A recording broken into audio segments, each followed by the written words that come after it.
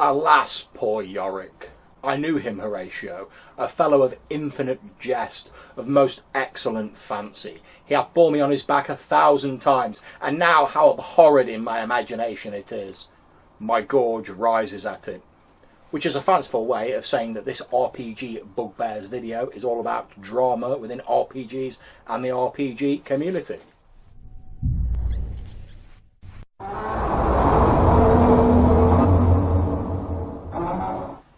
Okay, now like I said at the start, this video, this RPG Bugbears video, is about drama in the RPG community. Now, there's always going to be drama in any sort of community. That's just human nature. Whenever you get a number of people passionate about their interests and put them together, there are bound to be arguments and disagreements. Now, someone posted an excellent video in the one-shot group a short while ago. I'm sorry, I can't remember the person's name. I did try for about 10 minutes before I started filming this, paging down through the OSG newsfeed. But there's so much activity going on there, and like I say, it was a while ago, that I couldn't locate it. But the video was basically saying that if you don't like something, just ignore it. Granted, it was done in a more amusing way, but that's basically the gist of it. And this is something I very much agree with. There are numerous ways to ignore or otherwise not have flagged information that you don't want to see. If you want, you can even block people on your Facebook account. It always makes me a bit sad when you see people rage quitting communities or leaving groups because of topics that they either A, didn't agree with, or because of feedback that they didn't like. Now, if you post on Facebook, to my mind, you have to expect that people are going to comment on your post and that you may not like all of the comments, doubly so if it's in a group. And it's the same with posting YouTube videos. You're always going to get a few thumbs down, and if my own experience is anything to go by, you'll probably never even know why. At the end of the day, I look at it like this. How much does someone else playing RPGs differently to me, or having a different opinion to me, actually affect my life and how I play my RPGs?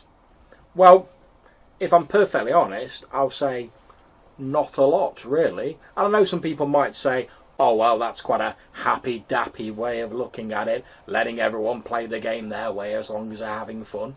And yeah, that's fine if you want to see it that way, grand. But that is the way I see it.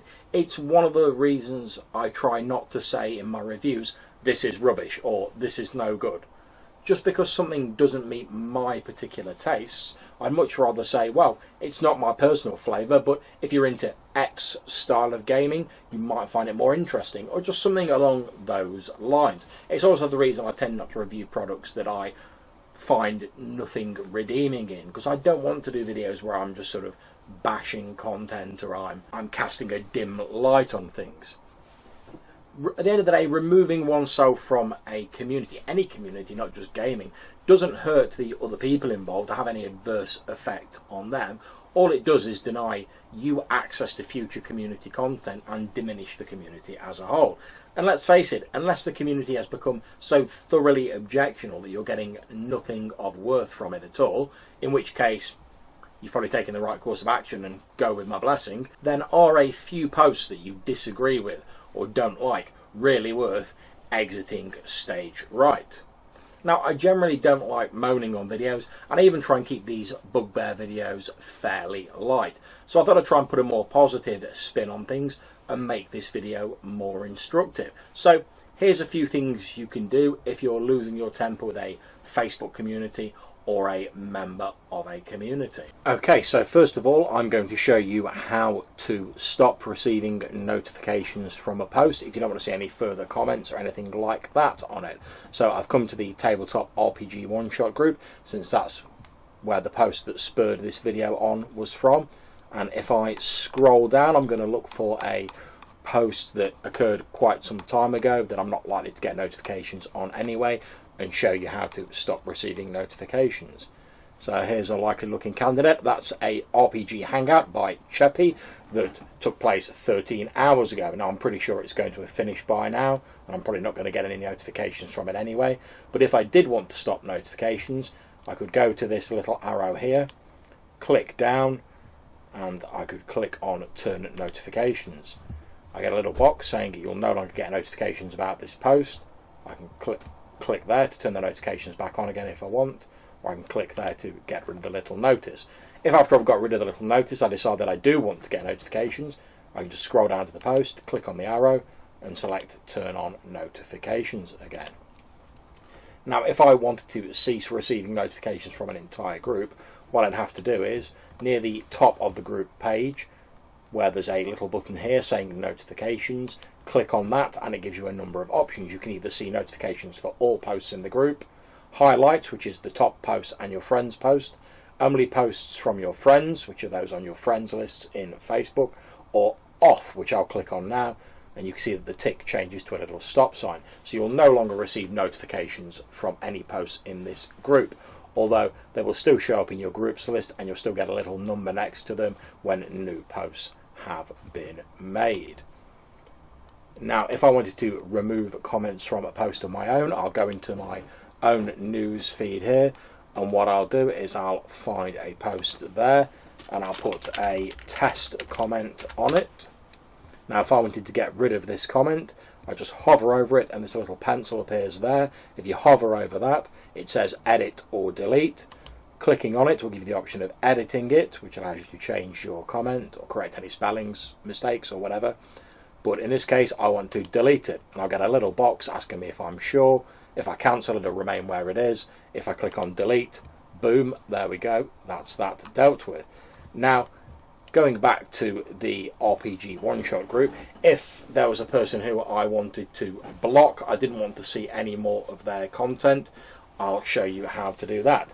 So I'm going to pick on Lee Patterson or Juice. Now obviously I'm not actually going to block Juice since I enjoy reading all of his posts, but I'll show you how you could do it.